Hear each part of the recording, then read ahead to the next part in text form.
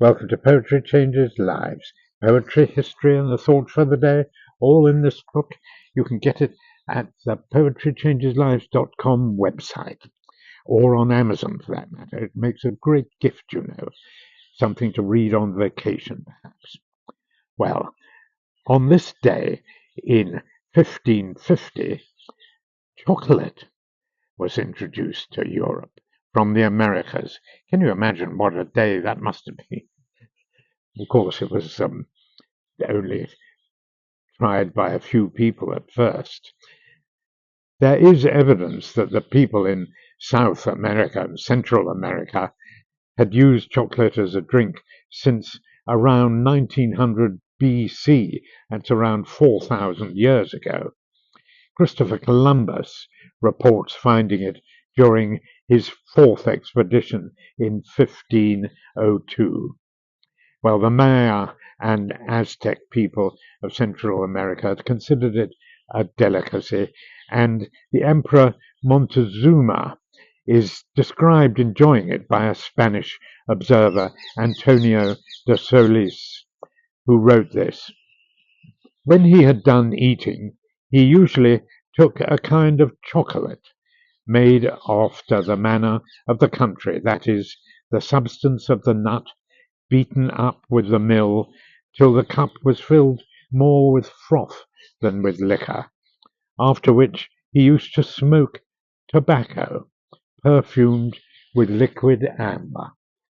Isn't that a nice image of the great Emperor Montezuma, probably with a great feathered headdress and gorgeous robes, sitting drinking a cup of chocolate and smoking a cigar? Well, the production of chocolate was gradually refined in Europe during the 18th century to make it less bitter to the taste, and further processes in the 19th century resulted in chocolate being produced in solid form.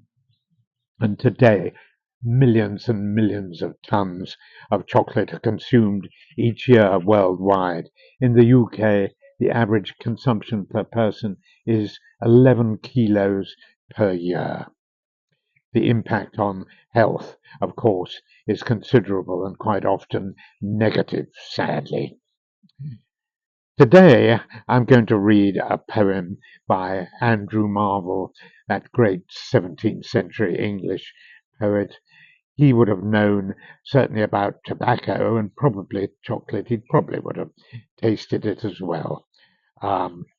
He wrote this beautiful poem, The Garden, which is about enjoying the abundance of nature. And he's talking really about fruits. But of course, chocolate is a kind of a fruit. It's a nut anyway, in its natural form.